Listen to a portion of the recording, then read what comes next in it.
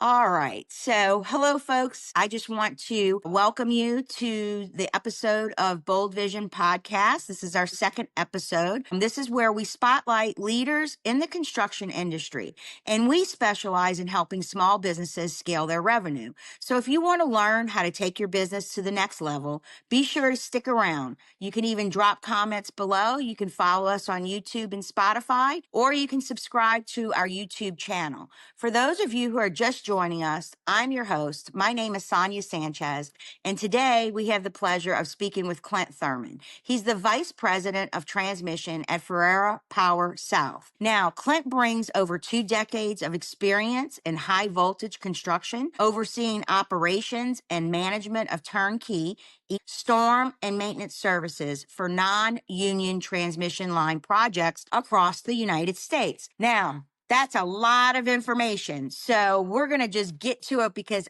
I don't know what he does. And that's why I've asked him to be on our show and to tell us what it is that he does, because I have no idea what EPC and all of that stuff. Now, I know high voltage, but again, Clint, I'm so happy to have you here today. Thank you very much for accepting my invitation, and welcome to the podcast. So how are you today? Doing good. Thank you for having me. Great, great. Well, why don't you tell me a little bit about yourself? Tell us about Ferrera Power Sport, whatever that is. So tell us about yourself. Oh, no, very good. So I joined the industry in '98. Started on a shovel, like most of the guys through an apprenticeship. Worked my way up from there. It was, two simple rules was way I used to get told to outwork the man next to you and learn the job of the guy above you. Right? And as simple as that sounds, it got me through. Finished the apprenticeship. That company actually went under new ownership that just did quite not understand how to spend money. But a lot of us jumped to the next company, like most linemen do, and ended up building not just transmission lines, but ended up learning how to build substations and distribution over the 4 years after my apprenticeship was over with. So Why don't went you, to I don't mean to interrupt people, why don't you explain? Not everybody knows what a lineman is. Why don't you explain what exactly that is? And did you have to go to trade school to get started, or is this something just right out of high school? No, so I went from high school onto the job. The company that I went to work for luckily had a Department of Labor certified apprenticeship program. You learn how to build transmission lines. So you've got all generation, whether it's nuclear, solar, wind, doesn't matter. You're going to generate the electricity somewhere that's going to come out of that generation facility, and typically it goes into an electrical power substation. Okay. Power is generated between, call it 5 to 35,000 volts, or 5 kV to 35 kV. Okay. It goes to a substation, and that substation ramps up the voltage to anything to 69 kV up to 500 kV. And then now you're in what we call transmission voltages, and then you send that electricity from the substation down transmission lines to other substations, which then that's how you bring the power to the cities. So you go from a power plant to a step up or a generation station, down the transmission lines to a distribution station. That distribution station then brings the voltage back down through a transformer to voltages that you either send out to houses or businesses, so 12 kV, 35 kV, so on and so forth. So I build the substations, the transmission line, and the distribution. So essentially what we do is we take generation from the power plant to your home. Very interesting. Okay. So you really work for like the general public, or do you actually have like clients, like businesses or cities or municipalities? I guess it would be, right? Correct. So whoever you pay your electricity bill to, that's who I work for. Above and beyond them, we work for private developers, governments. I've built projects for the government of South Africa, Nigerian government. When I worked at Black and Beach, we worked all over the world, built transmission and substations for quite a few folks. Ferreira stays here in the lower 48. So what I do now is I actually have the same territory, believe it or not, from a company called Wilbros It was like half oil and gas, half high voltage. Anyway, I joined them 2016, 17.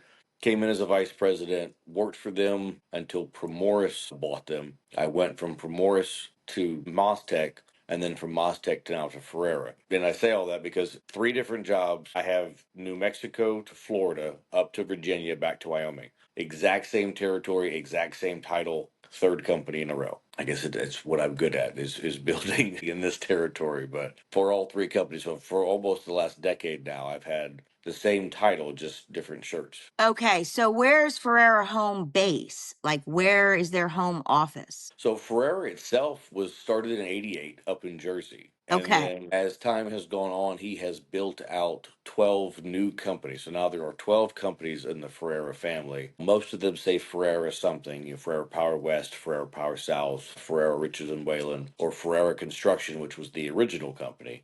But they started off in civil, and okay, about 10 years ago, they got into high voltage, started buying companies, absorbing companies together, and then building out what we're doing today. So I run the non union division or arm, if you will, but we have sister companies that are in California. We've got sister companies that are up in the Northeast. We just bought Richards and Wayland last year, which was 100-year-old transmission company, distribution company out of Virginia. So that's another union arm that we have. I maintain being the only non-union one, but okay. So like, what's your day to day? So actually, as a vice president, but I'm assuming that the owner, he mhm, has a lot of vice presidents since he owns so many companies, right? correct. Okay, So Ferrera Power South has its own president, and inside of ours, we all work for Kirby Carter. So Kirby runs transmission distribution substation inside of Ferrera Power South. There's one person, myself, who runs transmission. There's one guy who runs substation. There's one team that runs storm response, and then he's got about six people who run distribution. okay, Distribution is a lot more regionalized typically, so you'll get guys that'll run a portion to a state, or they'll run one client, where transmission and substation, quite frankly, you much larger territory. I probably have 38 clients, but it takes that many to kind of bounce your men around to maintain the head counts. right. So I was gonna say, so like day to day, what does your everyday look like? I mean, obviously, you're not going to an office, and you do have your own crew, correct? But I know you travel a lot. So like right now, you're where are you again? I think you told me South Carolina, North I'm in Carolina. Myrtle Beach, South Carolina this week. Oh, oh, well, I bet you it's nice there. Too bad you're It not is. sitting out by the beach with your By feet the in the beach, water. right? That'd be nice, right? Right. No, I've got about seven crews right now, and each crew is in a different state working on a different project. I've got one up in Maryland, one down here in South Carolina. Actually, we're about to have two in South Carolina, Oklahoma, Texas, New Mexico. So it's each of the individual project sites are managed by a construction manager and a construction management team, which Okay. will be a general foreman, and then everyone, the craft below them, which is then managed and then by a team. So what I do is everything I do is twofold. So I put a construction team together that's physically responsible for the project, and then I put a project management team that's then financially responsible for the project. Makes sense. Matching those two people up typically turns into probably one of the hardest lifts, because you got to make sure the personalities match, that they could actually, you know, complete a project together without killing each other. Uh, I know all about that. yeah, well, it's as you know, I mean, half of the struggle is the personalities and making people understand that we all have the same goal. Right. I teach a lot of my new project managers that come out of these schools, and it's like a guys. I said, you're gonna laugh. I said, but the hardest part of your day is gonna be remembering what you were doing before you were interrupted the last seven times. Of course they laugh, and then about 3 months into the job, and they're learning this and they're learning that, and they're like, I get lost. And I'm like, yeah, you do get lost throughout the day, because it is difficult to remember, okay, I need to get this done.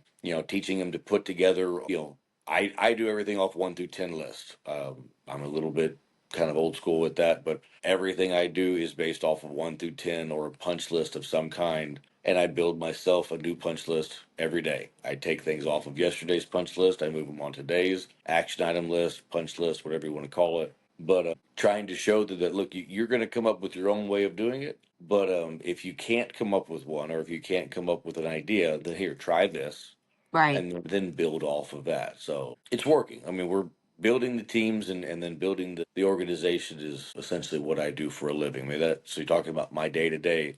Right. The day starts off with checking with the individual teams. I either Okay. join one of their morning meetings via phone or in person, Right. and then work with them through, okay, what are you doing today? What is this team doing today? Give actionable responses, or have action items with them on, okay, what are you trying to do? Some of the things like, tracking their KPIs on, okay, hey, you're slipping on your schedule. Did you notice what you're doing here? Or hey, you've moved, your earned value has changed. Have you been watching this? And then a lot of the construction guys is teaching them what Right. I call it translating, because I'm translating from construction to accounting, or I'm translating it in reverse because I've got accountants that are calling these guys asking questions that, quite frankly, they don't know what each other is trying to say to the other person. And then I end up stuck in the middle trying to translate back and forth. It's like, no, you're saying the same things. He's calling it X, you're calling it Y.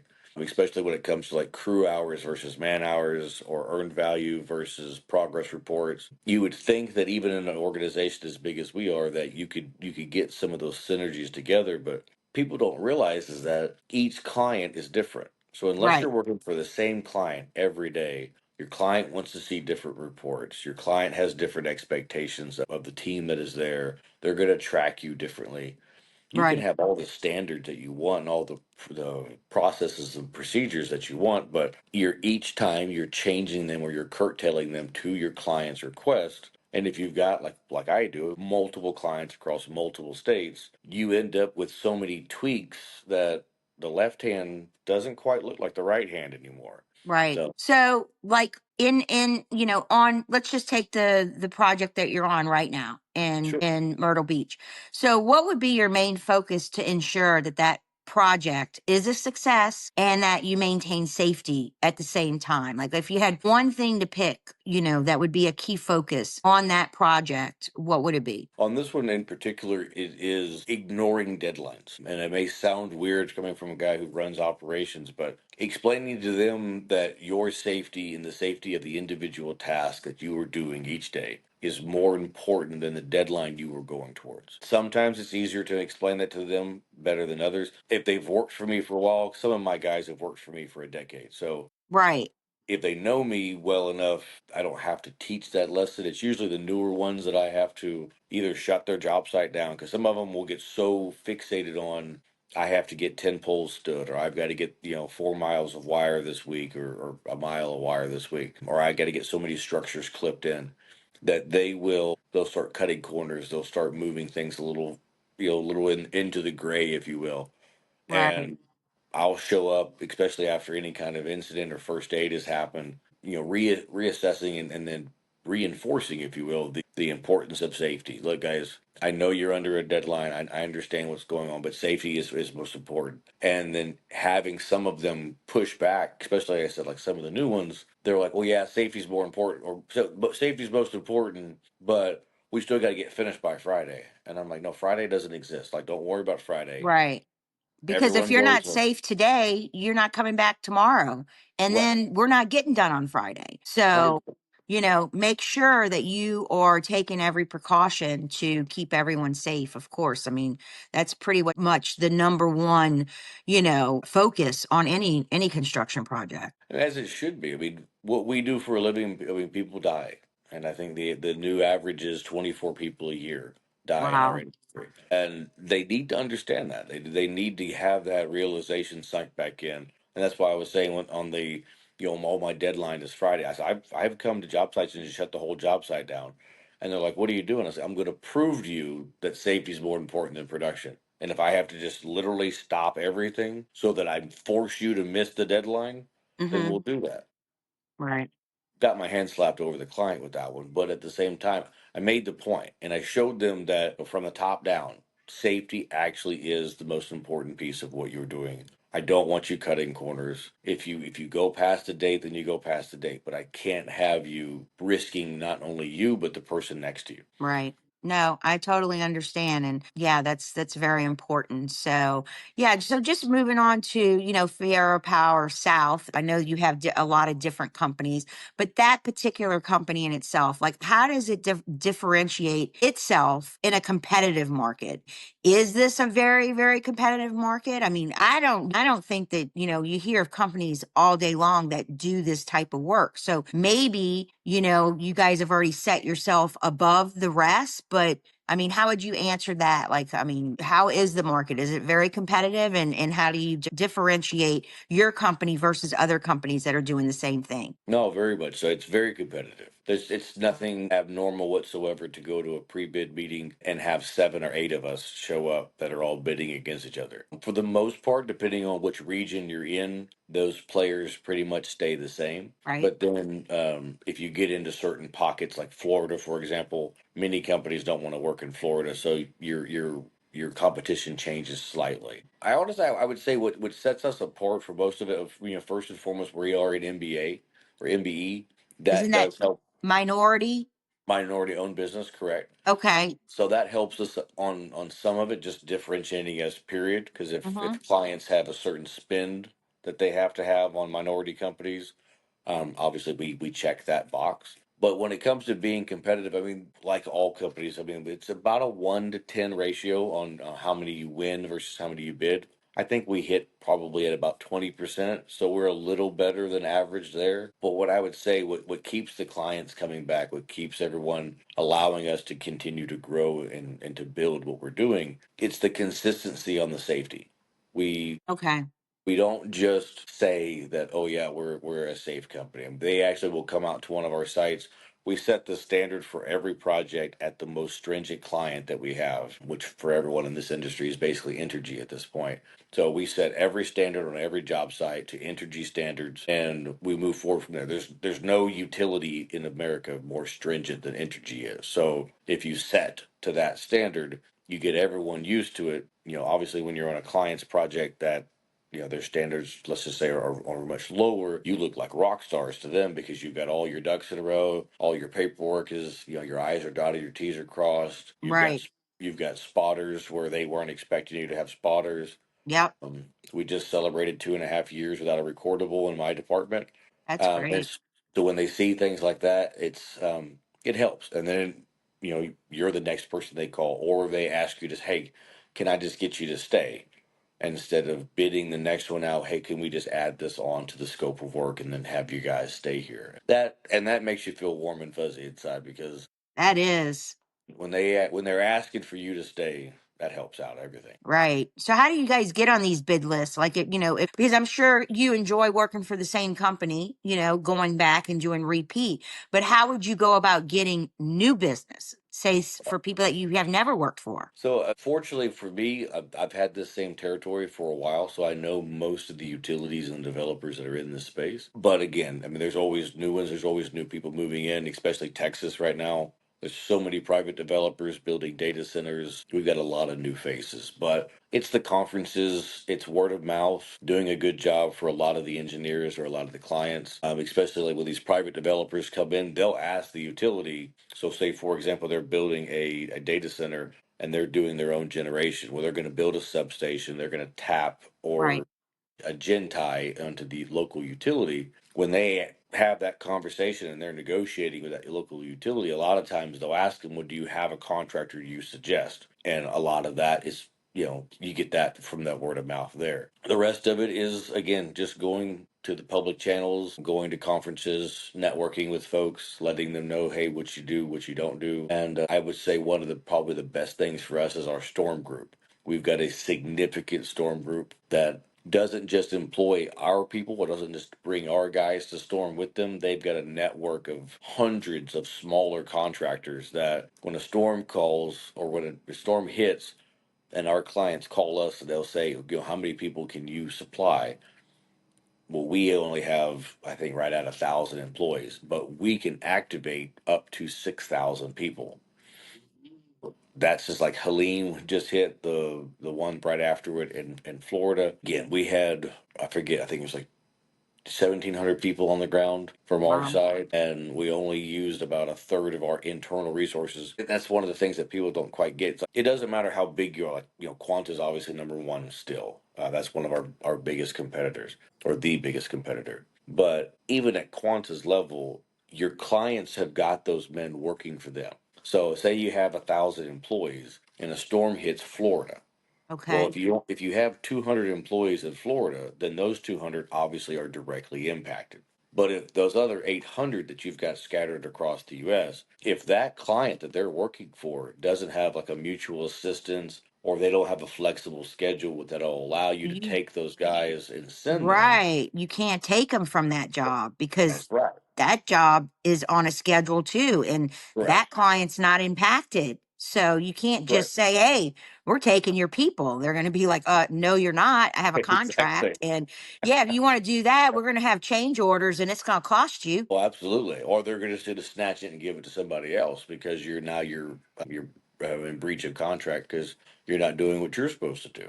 So Right. that's why having that network of people that we can pick up the phone and call is paramount. And last year, I think we were number one or number two in storm. So when they come and they see our people and they see our name all over the boards whenever we're doing storm work, that helps get your name out there. That helps go, okay, well, what else do y'all do? And then, of course, then we get the moment to do a lunch and learn or come in and just teach about, hey, here's what we can do, here's what we can't do, and go from there. Right. So just moving on to like your vision and your goals for the future. I mean, it sounds like you guys, whoever's running your marketing and your bidding and your estimating department, I mean, y'all have really good relationships and that's amazing. But where would you see yourself in 1 to 3 years from now? And 1 to 3 years is honestly a lot of exactly what we're doing. It's just building the teams. When I was at Moztec, I had about 340 that reported to me, and right now I'm at about 110. So Okay. it's building that team back up. We've got into most of the same clients that we were working for, what I was working for before, but I'm not as in depth in each one. Right Mhm. now I've got one team there where I used to have three. So that's my vision for the next 3 years is to build out those teams in each of the regions so that I can share resources across much easier like I used to do. Right. Right. Yeah. Well, it's very interesting what you do for sure. I find it fascinating. And yeah, I mean, you don't really think about that, but there's data centers. I mean, being in Virginia, I Oh, yeah. mean, there's just data centers everywhere. And I didn't realize that they're building them out in Texas. I used to live in Houston Mhm. and I lived there for 30 years and I never even heard of a data center until I moved to Virginia. And I got here and I mean, especially out in Loudoun County, I mean, they're just everywhere, everywhere. Absolutely. We talked to some of those guys. We were at a conference in Houston, actually, and he was saying that he didn't understand why he couldn't get the power that he wanted for the two data centers he was trying to build. And I said, I don't know how I said it to him. I said, but you can build them wherever you want, but it has to do with the rebates and it has to do with whether or not you can get the generation. I said, how much generation are you looking for? And he said 7 gigawatts. And I kind of laughed a little bit. And he said, why is that funny? I said, well, in Virginia, that's Dominion's territory. And he's like, okay, yeah, that's the utility. I said, I literally pulled my phone out and I just Googled what is Dominion's overall usage, or I think it was overall load. And Dominion's load for their entire system is 20 gigawatts. And Okay. I said, do you not understand that, like asking for 7 gigawatts of power when their entire territory takes 20? I said, you're being unrealistic. Like that's not even feasible. And he was like, well, Hmm. I need it. And I was like, well, so does, 4 million people who's probably in this territory.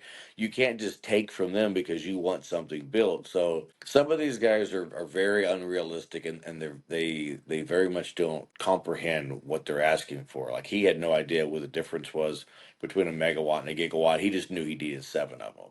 But Right. being able to educate some of these guys on, okay, look, this is what you're asking for. Do you understand why it's slow to get to you, or do you understand why that price is there? Again, translating. I guess that's more what I do than I thought. Explain, right? Explain Explain. me. Yeah. Explain.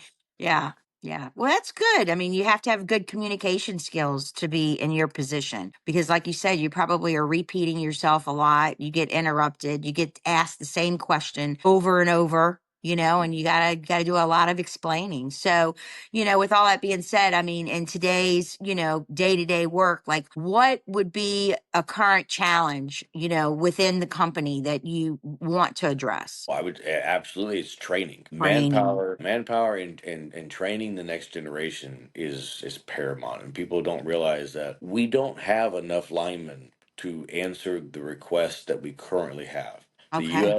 U.S. is growing as much as we possibly can each year with either fixing the existing infrastructure or building out new infrastructure. The bottleneck there is not money. And that's what I think a lot of these especially the senators and stuff that we deal with, or the government agencies, that, well, we're gonna get you the budget for that. I'm like, that the budget for it is, yes, 100% part of the problem, but you can dump, just like with when the last administration was in, he dumped a lot of cash into Okay. our industry. All he did was raise the prices on the projects that were being done.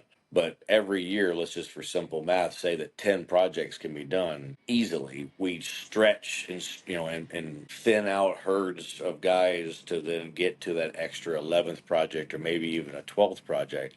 But it's a manpower crunch. It's not whether or not you had funding for 15 projects and you still only did 12. And that's what I was trying to explain to those guys, especially at the conference that we were down in Houston, is that you can dump as much cash as you want. You're still only going to get so many projects a year out of the, if you take the average as a whole over the US. And they weren't really grasping at that. And it was just like, well, why? And I said, you only have so many people who build these things. I said, Right. so So if you wanted to increase your revenue, if that's what you were striving to do, say in mhm. 1 to 3 years, what would have to happen in order to do that? It's acquisitions. You have to steal the people from someone else. But then from an industry standpoint, you're still not helping the overall industry Okay. because it takes 4 years to grow an alignment. From flipping burgers to actual A class lineman is a minimum of a 4-year training method. We've got Wow.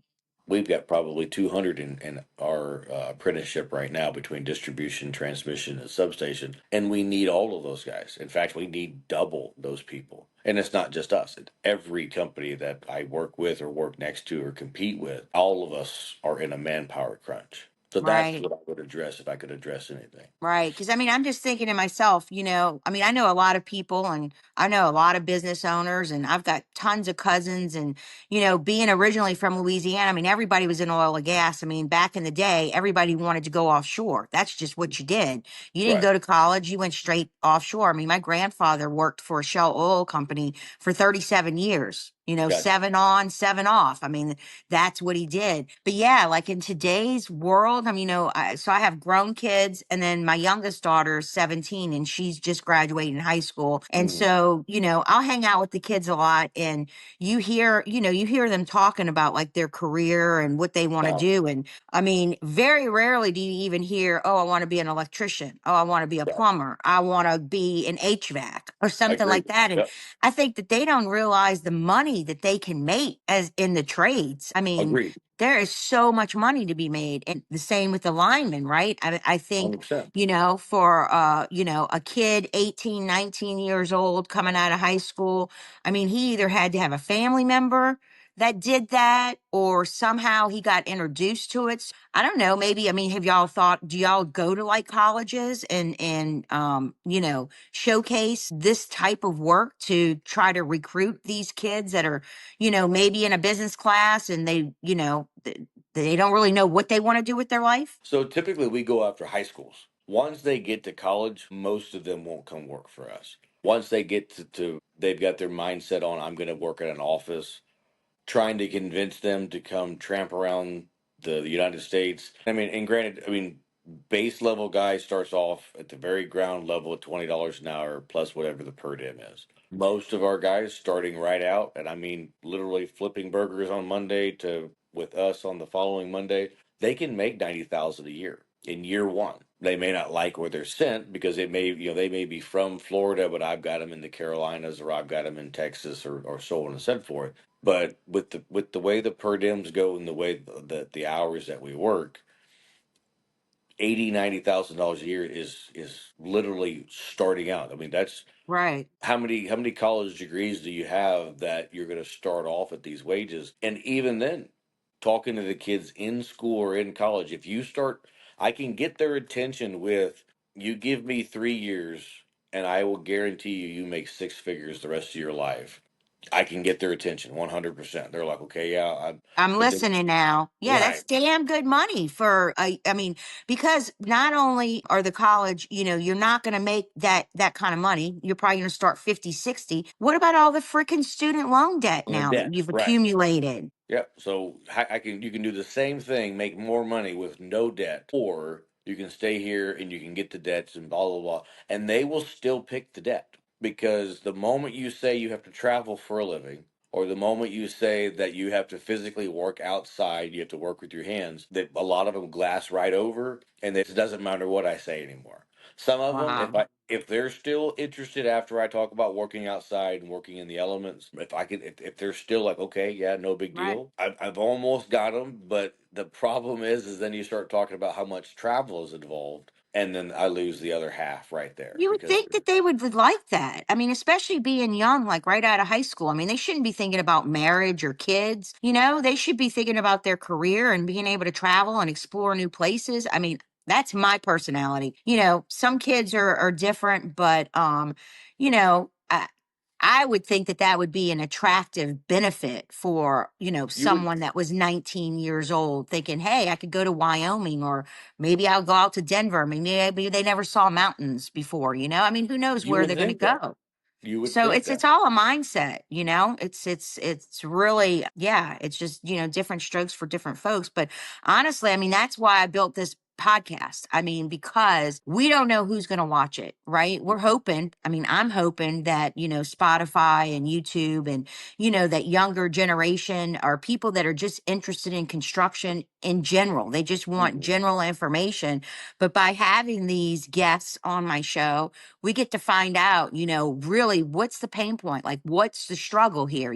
Where can I help in some kind of way? And, Definitely. maybe getting the word out there. I know that I'm following a bunch of other people on LinkedIn and construction, and we really all believe in the trades and how, it can be a very, very successful career for a lot of people. They just, maybe nobody talks about it enough, you know? Well, they don't. In high school, the ones that we speak to, they'll tell you that for a while there was no discussion about any kind of trades. So basically, the trades and labor guys were the ones who couldn't make it in college, and that's kind of like your default. If you can't be this guy, then you can go be one of them. Right, where they get a mindset like it that's for the dumb kids. That's for Right. the, Absolutely. and that's That's so exactly what, unfair. but teachers are pushing that. I mean, I had teachers in high school that told me flat out that I would be lucky if I could stay in doing anything in school. And I was like, well, I'm going to go be a lineman because, family were linemen. And the teacher, I remember I had a math teacher that laughed at me. She said, because I was very good at math. And she said, you need to go be an engineer. You'll never make anything if you go out and you're working construction. We had I want to say it was a 20-year high school reunion. Anyway, a lot of us showed up. That was the only one that I actually went to. Anyway, we get there and there's all these teachers and everybody is there. And she herself was not there, but one of the teachers, I guess that another one of my teachers, will say it that way. And hey, what do you do for a living? What do y'all do now? And explained what I do and explained who where I work. And at the time, I was at Mostech, and she was just like, I've seen that name. And I said, well, it's a $7 billion company, and Hello. she's like, and you're what? I said, I'm the vice president. She's like, of a $7 billion company. I said, well, I'm the vice president of my department. I said, my department's about 200 million a year. And she just kept shaking her head. I said, yeah. I said, all of y'all who kept telling me that I wasn't going to amount to anything. I said, I think I make more than all of you combined. And she just, I mean, she was, stunned in silence. But then she just, well, that's really good for you. And I was like, don't patronize me. I just turned around and walked away. All right. Well, good for But you. Good for you. Yeah, no, I really enjoy this story. So I'm really hoping that this podcast will get out to some younger folks, and, people hope will so. be more open about the construction in general. I was an entrepreneur. I mean, I never thought I mean, if you'd have asked me back when I was 18, 20, would I be a construction superintendent? I'd have laughed. I'd have said, are Right. you effing kidding me? what the hell, and how I wound up at it. But it's turned out just to be a great career for me. And I have Excellent. loved every minute of it. It's been extremely challenging. I mean, I came into it in the day when women, you just didn't see many women in construction, and Gotcha. then over the years, you saw more and more project managers. You saw more and more, like quality control managers or assistant project, but very rarely do you see a superintendent. And I just love it because I like to be in the midst of it and I like to learn. So, There you go. being out there and having to read these blueprints and not be able to understand it. I mean, like I've always said, my foremans, and their crew, they're my best friend because Right. they've taught me more than I could have ever learned. Because if I don't know something, I'm going to the expert, right? I mean, if Right. we're Right. pouring concrete and I don't know a damn thing about the rebar and the concrete or the depth or the elevation or, the drawing's not making sense to me. Who do you think I'm going to go talk to? I'm going to go talk to the foreman that's been pouring concrete for 20 years. I'm Right. going to There let you him go. explain it to me. And you know what? I never felt like they would judge me or that they would disrespect me because I didn't know as much as they did, even though I was a superintendent. I've always just built that relationship and That's that good. trust. And Very good. they could relate. They're like, okay. I mean, even if I had been building something for years, maybe I never did that specific, scope of work. So how Right. would I know it? Or if I didn't put in that specific HVAC unit or that, rooftop unit, or, we were doing a restaurant and there was certain type of kitchen equipment and hoods and, all of these things that have to be, piped correctly for Right. code and I'd never done that. I mean, why would I? I never built a restaurant before. So, Gotcha. Gotcha. you just got to ask the questions. And yeah, I mean, it's been a great career for me, but Excellent. now I have hung it up and now I'm just teaching other people, how they can, grow their business and also AI. I mean, AI is a huge thing enough and people don't talk about it enough. And I mean, I could have a whole, sector, whole episode just on AI alone. And I probably will at some point, but There you go. I don't want to get off track too much. So I have one more question for you. And I Sure. always like to ask the business owners or VPs or whatever. When I say hypothetically, and of course, this is just hypothetically, if you had a magic wand and you had to fix one thing, you just one thing in business, either it's slowing you down, it's holding you back in some kind of way.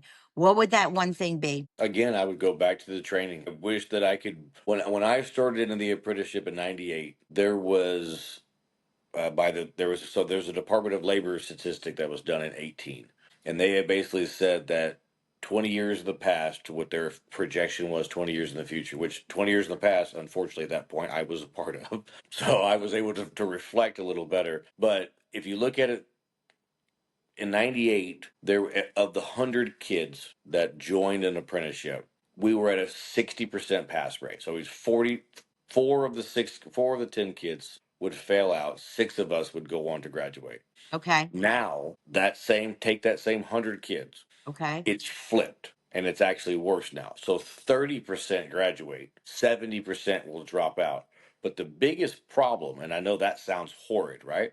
But the biggest problem is that if you go by population, that 100 kids, 98 is more like 50 kids now. So not only are way more of them basically failing out or dropping out before they finish the apprenticeship, but you've got almost half, I think it's actually just over half of them that are even applying to begin with.